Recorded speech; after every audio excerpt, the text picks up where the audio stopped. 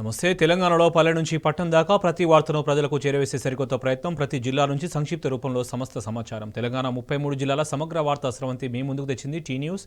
33 జిల్లాల నుంచి మా ప్రతినిధులు అందించే 33 వార్తల్ని ఇప్పుడు చూద్దాం.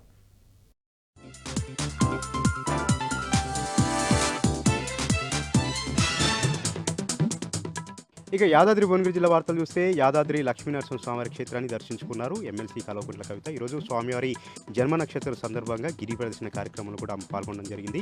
అనంతరం మెట్ల మార్గం ద్వారా గుట్టపైకి వెళ్లి గర్భగుడిలో స్వామివారిని దర్శించుకున్నారు. ఆ తర్వాత మీడియాతో మాట్లాడినటువంటి ఎమ్మెల్సీ కల్వకుంట్ల కవిత ప్రస్తుతం యాదాద్రి ఆలయంలో కొన్ని పనులు అక్కడక్కడ ఉన్నాయి, వాటన్నిటిని కూడా పూర్తి చేయాలని కూడా ఇప్పుడున్నటువంటి కాంగ్రెస్ పార్టీ ప్రభుత్వాన్ని డిమాండ్ చేశారు.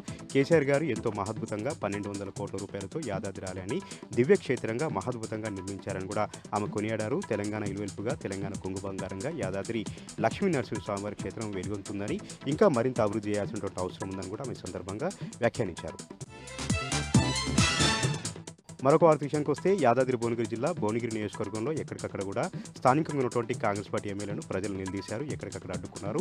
ఏదైతే ఇందిరమ్మ ఇళ్లు, రేషన్ కార్డులు, ఆత్మీయ భరోసా పథకాల అమలు కోసం నిర్వహిస్తున్నటువంటి గ్రామ సభల్లో నిరసన కార్యక్రమాలు, నిరసన జ్వరాలు పెద్ద ఎత్తున కూడా వెల్లువెత్తాయి. పక్కన ఉన్నటువంటి అనంతారం గ్రామం, నెమరగొండ గ్రామంలో ఇక్కడ ఉన్నటువంటి ఎమ్మెల్యే హాజరైనటువంటి క్రమంలో ఒక్కసారిగా ఆ గ్రామాల ప్రజలు అనిల్ కుమార్ రెడ్డి పైన తిరగబడ్డారు.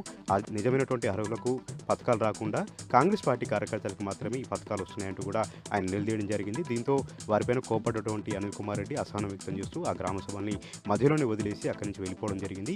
దీంతో పాటు మరికొన్ని గ్రామాల్లో వెళ్లే ప్రయత్నం చేసినప్పుడు కూడా పోలీసుల పహారాలు అక్కడ వెళ్ళడాన్ని చూసి గ్రామస్తులందరూ కూడా ఆ గ్రామ సభల్ని బహిష్కరించారు. ఇక సూర్యాపేట జిల్లా వార్తలు చూస్తే సూర్యాపేట జిల్లా కోదాడలో డబుల్ బెడ్రూమ్ ఇళ్ల లబ్ధిదారులు ఒక్కసారిగా నిరసన కార్యక్రమాలకు, ధర్నా కార్యక్రమాలకు దిగారు. కేసీఆర్ గారి ప్రభుత్వంలో ఎంతో అందంగా 250 డబుల్ బెడ్రూమ్ ఇళ్లను నిర్మించారు. వాటిని లాటరీ పద్ధతిలో లబ్ధిదారులకు కూడా డ్రా తీసి ఇవ్వడం జరిగింది. కానీ కాంగ్రెస్ పార్టీ వచ్చిన తర్వాత అది ఏదైతే గృహప్రవేశానికి సంబంధించినటువంటి అనుమతి ఇవ్వకుండా వేధిస్తుందంటూ కూడా వాళ్ళు నిరసన కార్యక్రమం దిగారు. సంవత్సర కాలంగా అవన్నీ కూడా పడావు పడుతుండడంతో శిథిలమైపోతూ ఉన్నాయి, ఆనవాళ్లు కూలిపోతూ ఉన్నాయి. ఇప్పటికైనా సరే కాంగ్రెస్ పార్టీ సంబంధించినటువంటి మంత్రులు కలగజేసుకొని అక్కడ మౌలిక సదుపాయాలు కల్పించి నిజమైనటువంటి లబ్ధిదారులకు, అప్పట్లో లాటరీలో వచ్చినటువంటి లబ్ధిదారులకు ఆ డబుల్ బెడ్రూమ్ ఇళ్లను గృహప్రవేశం చేసుకునేలాగా అనుమతి ఇవ్వాలని కూడా డబుల్ బెడ్రూమ్ లబ్ధిదారులు డిమాండ్ చేశారు.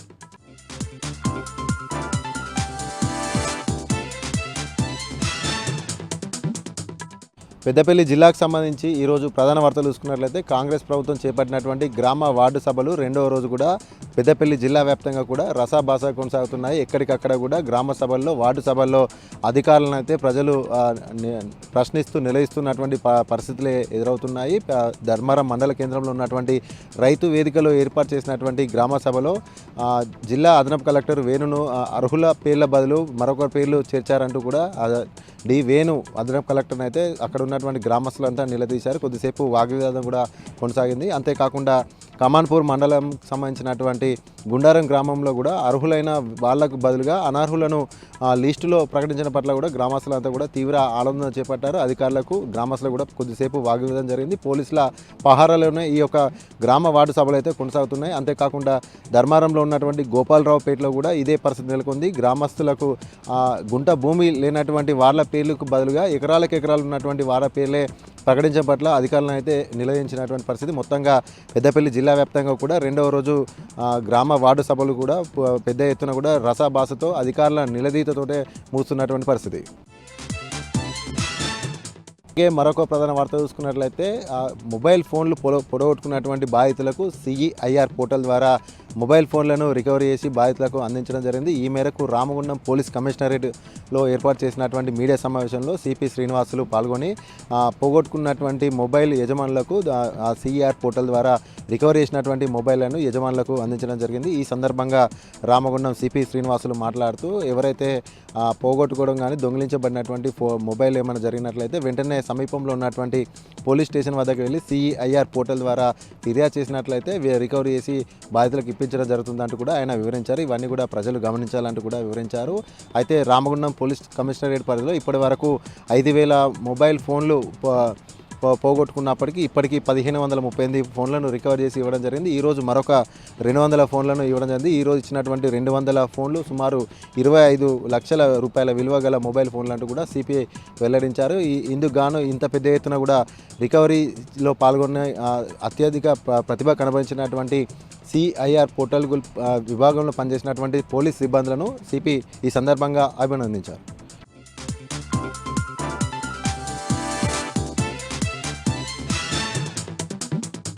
జగిత్యాల జిల్లా నుంచి ఇవాళ ప్రధాన వార్తలు ఒకసారి పరిశీలిస్తే జగిత్యాల జిల్లా వ్యాప్తంగా కూడా గ్రామ సభలు నిర్వహిస్తున్న నేపథ్యంలో తీవ్ర గందరగోళం నెలకొంది. ఎక్కడికక్కడ అధికారులను ప్రజలైతే నిలదీస్తున్నారు. ఎందుకంటే 6 గ్యారెంటీలు ఎక్కడ అని తమకు ఇవ్వాల్సినటువంటి ఇండ్లు ప్రతి ఒక్కరికి నిరుపేదలకు ఇస్తామని చెప్పినప్పుడు కూడా అది పూర్తి స్థాయిలో అందించలేదంటూ జగిత్యాల జిల్లాలోని కొడిమ్యాల, అలాగే ఇటు మోరపల్లి, అలాగే దరూర్ గ్రామాల్లో అధికారులను పూర్తిగా అడ్డుకున్నారు. అయితే శాంతింపజేసే ప్రయత్నం చేసినప్పుడు కూడా అది పూర్తిగా విఫలమైంది. దీంతో పోలీసుల సహాయంతో అధికారులు అయితే బయటకు వచ్చిన పరిస్థితి.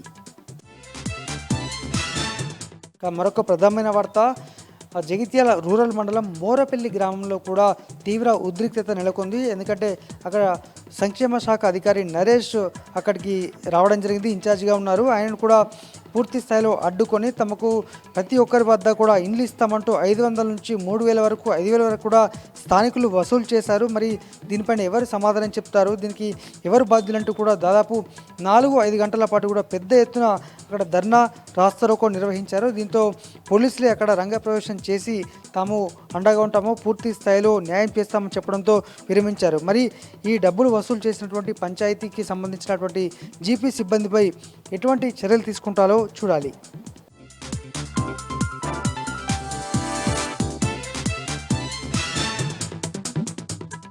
వనపర్తి జిల్లా పెబ్బేరు మండలం అయ్యవారిపల్లి గ్రామంలో మొసలి కలకలం రేపింది.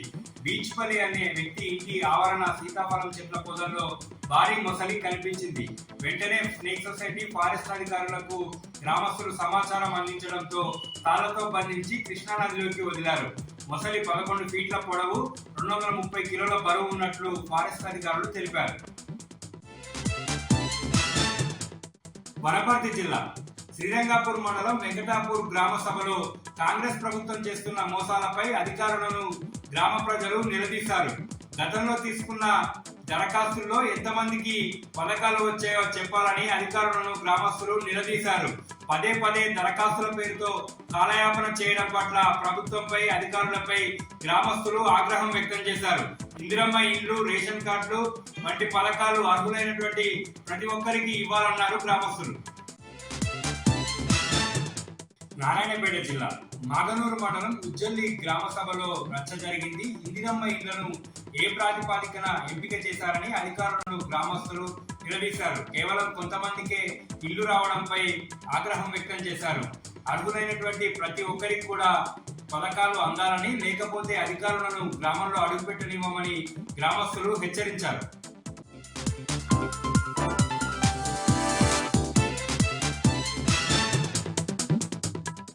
మంచిర్యాల జిల్లాలోని ప్రధాన వార్తలు కనుకొస్తే జిల్లాలో 2వ రోజు గ్రామ వార్డు సభలు, నిరసనలు, ఆందోళనలు అధికారుల నిలదీతలతో కొనసాగినవి. మంచిర్యాల జిల్లా కేంద్రంలోని తిలక్ నగర్ 1వ వార్డులో వార్డు సభలో అధికారులను నిలదీశారు కాలనీవాసులు. అనర్హులకు రేషన్ కార్డులు, ఇందిరమ్మ ఇండ్లు మంజూరు చేశారంటూ మళ్లీ కాలనీలో సర్వే చేసి అర్హులకు రేషన్ కార్డులు, ఇందిరమ్మ ఇండ్లు మంజూరు చేయాలంటూ కాలనీవాసులు అధికారులతో వాగ్వాదానికి దిగారు.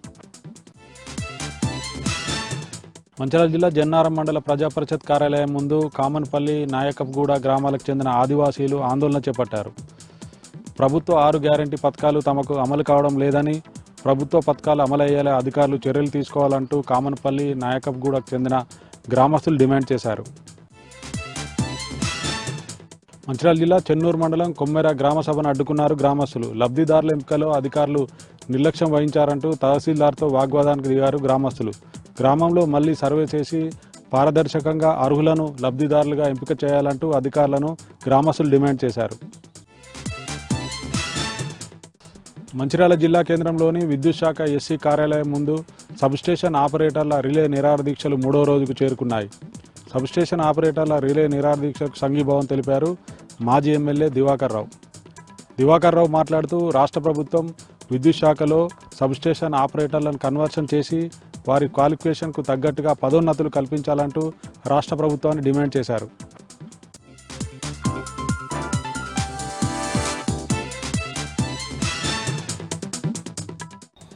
ఆదిలాబాద్ జిల్లా వార్తల విషయానికి వస్తే కాంగ్రెస్ ప్రభుత్వం రాష్ట్ర వ్యాప్తంగా ప్రతిష్టాత్మకంగా చేపట్టిన గ్రామ సభలు జిల్లాలో ఆవాస పాలవుతున్నాయి. రెండో రోజు కూడా పలు గ్రామ సభలలో ప్రజల నుంచి అధికారులకు తీవ్ర నిరసన వ్యతిరేకతలు వ్యక్తమయ్యాయి. ఆదిలాబాద్ పట్టణంలోని పిట్టలవాడలో ఏర్పాటు చేసిన గ్రామ సభలో స్థానికులు ఇందిరమ్మ ఇళ్లపై, అలాగే ఇందిరమ్మ ఆత్మీయ భరోసా కార్యక్రమంపై, అలాగే రేషన్ కార్డులపై అధికారులను నిలదీశారు. గతంలో ప్రజాపాలన సందర్భంగా, అలాగే కుటుంబ సర్వే సందర్భంగా తమ నుంచి దరఖాస్తులు స్వీకరించిన అధికారులు ఆ దరఖాస్తులను ఏం చేశారని, అయితే ఇప్పుడు దరఖాస్తులు తీసుకుంటున్నారు ఎందుకని ప్రశ్నించడం జరిగింది. దీంతో ఇటు అధికారులకు అలాగే ప్రజలకు వాగ్వివాదం జరిగింది. అక్కడే ఉన్న పోలీసులు జోక్యం చేసుకుని ప్రజలను సముదాయించే ప్రయత్నం చేసినప్పటికీ ప్రజలు మాత్రం తీవ్ర స్థాయిలో అధికారులపై ఆగ్రహం వ్యక్తం చేశారు. అసలు దరఖాస్తు తీసుకుంటున్నారు ఎందుకని ప్రశ్నించడం జరిగింది.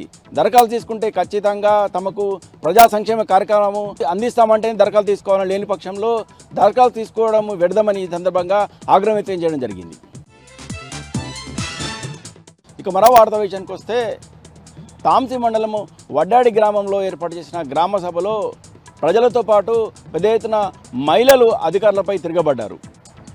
ఇందిరమ్మ ఇళ్లకు అర్హులైన వారికి ఇందిరమ్మ ఇళ్ల కోసం మొత్తం 300 మంది దరఖాస్తు చేసుకుంటే ఇందులో కేవలం 30 మందికే లబ్ధిదారులకు ఇందిరమ్మ ఇల్లు కేటాయిస్తున్నాం చెప్పడంతో ఒకసారిగా గ్రామ సభలో మహిళలతో పాటు స్థానిక గ్రామస్తులు అధికారులపై తిరగబడ్డారు. గ్రామంలో కేవలం కాంగ్రెస్ పార్టీ నేతలకు అంశాలుగా ఉన్న వారికి, అలాగే కాంగ్రెస్ కార్యకర్తలకే ఇందిరమ్మ ఇల్లు కేటాయిస్తున్నారని, నిజమైన లబ్ధిదారులకు అన్యాయం జరుగుతుందని సందర్భంగా ప్రజలు అధికారులపై ఆగ్రహం వ్యక్తం చేశారు. ఇక నిర్మల్ జిల్లా వార్తల విషయానికి వస్తే, నిర్మల్ జిల్లాలోనూ ఈరోజు రెండో రోజు కొనసాగిన పలు గ్రామ సభలలో అధికారులకు ప్రజల నుంచి తీవ్ర నిరసన వ్యక్తమైంది. మామడ మండలంలోని న్యూ వెల్మల్ గ్రామంలో ఏర్పాటు చేసిన గ్రామ సభలో ప్రజలు అధికారులను నిలదీశారు. 6 గ్యారెంటీలను అమలు చేయాలని సందర్భంగా డిమాండ్ చేశారు. ఇందిరమ్మ ఇళ్ల కోసం ఇప్పటికే తాము దరఖాస్తు చేసుకున్నామని, అయితే ఇప్పటికి కూడా ఎవరికి కూడా ఇందిరమ్మ ఇల్లు కేటాయించలేదని, అలాగే కేవలము కాంగ్రెస్ నేతలకు చెందిన అనుచరులకు, అలాగే కాంగ్రెస్ కార్యకర్తలకే వారికి అనుకూలమైన వారికి మాత్రమే ఇందిరమ్మ ఇల్లు కేటాయిస్తున్నారని, దీంతో నిజమైన లబ్ధిదారులకు అన్యాయం జరుగుతుందని, ఇప్పటికైనా ప్రభుత్వము నిజమైన లబ్ధిదారులను ఎంపిక చేయాలని, ప్రస్తుతము ఉన్న లిస్టులో నిజమైన లబ్ధిదారులు ఎవరు లేరని మరోసారి సర్వే చేసి ఖచ్చితంగా నిజమైన లబ్ధిదారులకే ఇందిరమ్మ ఇల్లు కేటాయించాలని, అలాగే రేషన్ కార్డుల విషయంలో కూడా ప్రతి ఒక్కరికి కూడా రేషన్ కార్డు అందే విధంగా చర్యలు తీసుకోవాలని సందర్భంగా ప్రజలు అధికారులకు విన్నవించారు.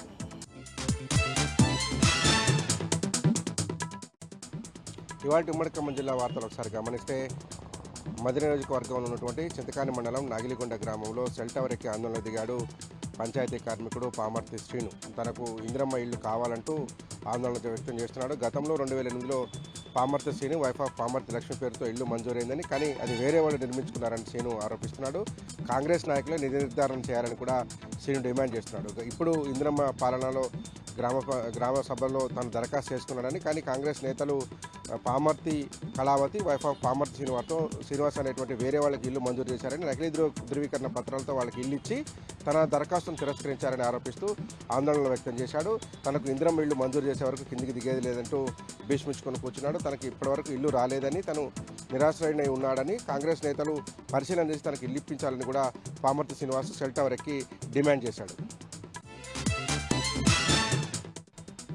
ఉమ్మడి ఖమ్మం జిల్లాలో నిర్వహించినటువంటి గ్రామ సభలు రసాబసాగా మారాయి, రచ్చరచ్చగా జరిగాయి. వైరా నియోజకవర్గంలో ఉన్నటువంటి కొనిజర్ల మండలం సిద్దిక్ నగర్లో టెంట్ కూల్చి గ్రామస్తులు ఆందోళన చేపట్టగా, కారేపల్లి మండలం కోమట్లగూడెం గ్రామంలో ఏకంగా ఇందిరమ్మ కమిటీ సభ్యుడిపైన గ్రామస్తులు చేసుకొని దేహశుద్ధి చేశారు, అక్రమాలకు పాల్పడుతున్నారంటూ ఆందోళన చేపట్టారు. దాంతోపాటు రఘునాథపల్లి మండలంలో చేపట్టినటువంటి గ్రామ సభలో కూడా పెద్ద ఎత్తున గ్రామస్తులు ఆందోళనకు దిగి కాంగ్రెస్ పార్టీ కార్యకర్తలకు, కాంగ్రెస్ పార్టీ నేతలు చెప్పినటువంటి వాళ్ళకి ఇల్లు ఇస్తున్నారని ఆందోళన చేయడంతో అధికారులు పలాయనం చిత్తగించారు. మొత్తం వైరా నియోజకవర్గంతో పాటు వైరా, ఖమ్మం, మదిర, అట్లాగే ఇల్లందు, పినపాక నియోజకవర్గాలలో కొత్తగూడెం నియోజకవర్గంలో చాలా చోట్ల గ్రామ సభలు రసాభాసగా మారి ఆందోళన వరకు వెళ్ళి అధికారులు నిలదీసే దాకా వెళ్ళినాయి. గ్రామ సభలు పూర్తిగా అధికారులు తూతు మంత్రంగా మమ అనిపించిన విధంగా నిర్వహించారు.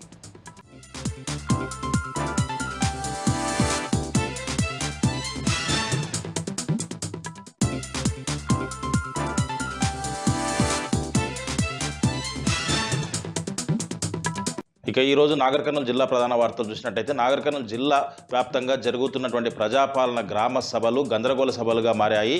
తిమ్మాజిపేట మండలం ఆర్సీ తండాలో జరిగినటువంటి గ్రామ సభలో గందరగోళం నెలకొంది. ఇందిరమ్మ ఇల్లు కావచ్చు, రేషన్ కార్డులు కావచ్చు, ఏ కొద్ది మందికో కాంగ్రెస్ చెప్పిన వారు లిస్టు మాత్రమే చదువుతున్నారని చెప్పేసి, అసలు నిజమైన అర్హులకు ఇవ్వట్లేదని చెప్పేసి కూడా వాళ్ళ అధికారులతో వాగ్వివాదం దిగినటువంటి పరిస్థితి కనిపించింది. ఊరుకొండ మండలం ఆధారంలో కూడా అదే పరిస్థితి నెలకొంది. అక్కడ వచ్చినటువంటి అధికారులు వచ్చినటువంటి 20 నిమిషాల్లోపే అక్కడ సభను ముగించుకొని వెళ్ళినటువంటి పరిస్థితి. ఒక్కసారిగా ప్రజలు అధికారులను నిలదీయడంతో రైతు భరోసా పరిస్థితి ఏంటి, రుణమాఫీ ఏమైందని చెప్పేసి రేషన్ కార్డులు ఏ కొద్ది మందికి ఇచ్చి కాంగ్రెస్ వాళ్ళు తయారు చేసినటువంటి జాబితాను మాత్రమే లిస్టులో పొందుపరచడం ఏంటని చెప్పేసి వాళ్ళు అధికారులను నిలదీయడంతో పాటు ప్రభుత్వానిపై పెద్ద ఎత్తున దుమ్మెత్తిపోయడంతో వాళ్ళు చేసేదేం లేక అధికారులు అక్కడికక్కడనే సభను క్లోజ్ చేసి వెళ్ళిపోయినటువంటి పరిస్థితి కనిపించింది. మొత్తంగా చూసినట్టయితే గ్రామ సభలన్నీ కూడా గందరగోళ సభలుగా మారాయని చెప్పవచ్చు. మరొక వార్త చూసినట్టయితే రంగారెడ్డి జిల్లా కల్వకుర్తి నియోజకవర్గంలోని ఆమన్గల్ కడతాల్లో జరిగినటువంటి ప్రజాపాలన గ్రామ సభల్లో రసాబసగా మారింది. అధికారులు చదివినటువంటి జాబితాను చూసేసరికి ప్రజలంతా కూడా కోపోద్రిక్తులైనారు. పేదవాళ్ళనంతా వదిలిపెట్టి కేవలం కాంగ్రెస్ నాయకులు సూచించిన వారి పేర్లను మాత్రమే, ధనికులను మాత్రమే, ఇందిరమ్మ ఇల్లు కావచ్చు, రేషన్ కార్డులు కావచ్చు ఇచ్చేదే కొద్ది మందికి, దాంట్లో ధనికులను చూస్తే పేదవాళ్ళు ఎటుపోవాలని చెప్పేసి కూడా వాళ్ళు నిలదీసినటువంటి పరిస్థితి కనిపించింది.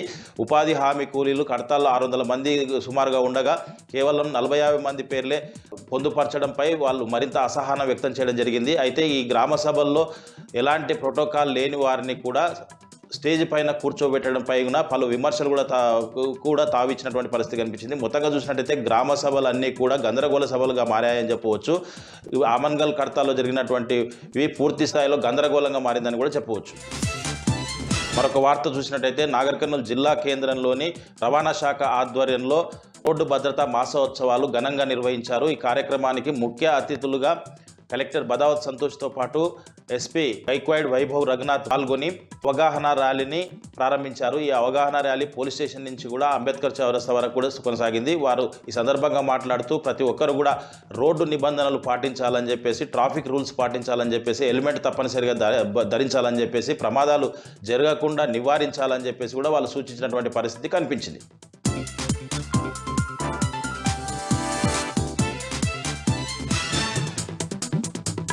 ఉమ్మడి వరంగల్ జిల్లా ప్రధాన వార్తలను పరిశీలిస్తే ఉమ్మడి వరంగల్ జిల్లా వ్యాప్తంగా కొత్త పథకాల అమలు కోసం నిర్వహిస్తున్న గ్రామ సభలు గందరగోళంగా మారుతున్న పరిస్థితి కనిపిస్తూ ఉంది. ముఖ్యంగా ఎక్కడికక్కడ ప్రజలు అధికారులను నిలదీస్తున్న పరిస్థితి కూడా కనిపిస్తూ ఉంది. ముఖ్యంగా పాలకుర్తి నియోజకవర్గాన్ని చూసినట్టయితే ఓ ఇంట్లో 4గురికి కొత్త ఇళ్లకు సంబంధించి, ఇందిరమ్మ ఇళ్లకు సంబంధించి పేర్లు జాబితాలో నమోదు చేశారని, మేమెందుకు అనర్హులుగా మిగిలిపోయాం, మమ్మల్ని ఎందుకు అర్హులుగా గుర్తించారని అక్కడ అధికారులను నిలదీసిన పరిస్థితి కనిపిస్తూ ఉంది. మరోవైపు జనగామ జిల్లా వడ్లకొండ గ్రామంలో ఇటు కాంగ్రెస్ బీఆర్ఎస్ కార్యకర్తలు ఘర్షణ దిగిన పరిస్థితి కనిపిస్తూ ఉంది. మరోవైపు బచ్చన్నపేట మండల కేంద్రంలో మహిళ తన ఇంటికి సంబంధించి ఇందిరమ్మ ఇల్లు ఇస్తారని దరఖాస్తు చేసుకుంటే అధికారుల నుంచి వచ్చిన స్పందన, వాళ్ళు ఇచ్చినటువంటి సూచనల పట్ల ఆమె కంటతడి పెట్టుకున్న పరిస్థితి కనిపిస్తూ ఉంది.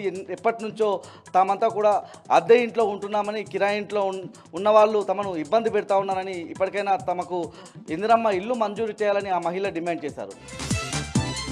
హన్మకొండ జిల్లా నడికూడ మండలం వరికోల్ గ్రామంలో ప్రోటోకాల్ వివాదం చోటు చేసుకుంది. వరికోల్ గ్రామం ఉమ్మడి వరంగల్ జిల్లా స్థానిక సంస్థల ఎమ్మెల్సీ పోచంపల్లి శ్రీనివాసరెడ్డి సొంత గ్రామంగా ఉంటుంది. అక్కడ పోచంపల్లి శ్రీనివాసరెడ్డి ఫోటో లేకుండానే గ్రామ సభ నిర్వహించడం పట్ల ఆ గ్రామస్తులంతా కూడా నిరసన వ్యక్తం చేశారు. అక్కడ ఉన్నటువంటి అధికారులను నిలదీసిన పరిస్థితి కనిపిస్తూ ఉంది. అధికారుల తీరు పట్ల మండిపడ్డ పరిస్థితి కనిపిస్తూ ఉంది. ప్రోటోకాల్ పాటించని అధికారుల పట్ల వాళ్ళంతా కూడా ఆగ్రహం వ్యక్తం చేశారు.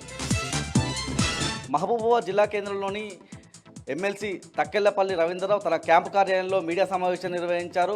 ప్రజాపాలన పేరుతో నిర్వహిస్తున్న సభలు పనికిమాలిన సభలుగా మారాయని, ముఖ్యంగా పనికిమాలిన సభల కోసం కోట్లాది రూపాయలు వెచ్చిస్తున్నారని ఈ సందర్భంగా ఆయన మండిపడ్డ పరిస్థితి కనిపిస్తూ ఉంది. 13 నెలల కాలంలో ఒక్క అభివృద్ధి పనైనా చేపట్టారని చెప్పి ఈ సందర్భంగా ఆయన ప్రశ్నించారు. ముఖ్యంగా ప్రజలు ముఖ్యమంత్రి రేవంత్ రెడ్డి లాంటి మూర్ఖుడిని వదిలించుకోవడానికి సిద్ధంగా ఉన్నారని ఈ సందర్భంగా ఎమ్మెల్సీ తక్కెళ్లపల్లి రవీంద్రరావు ఘాటుగా వ్యాఖ్యానించారు.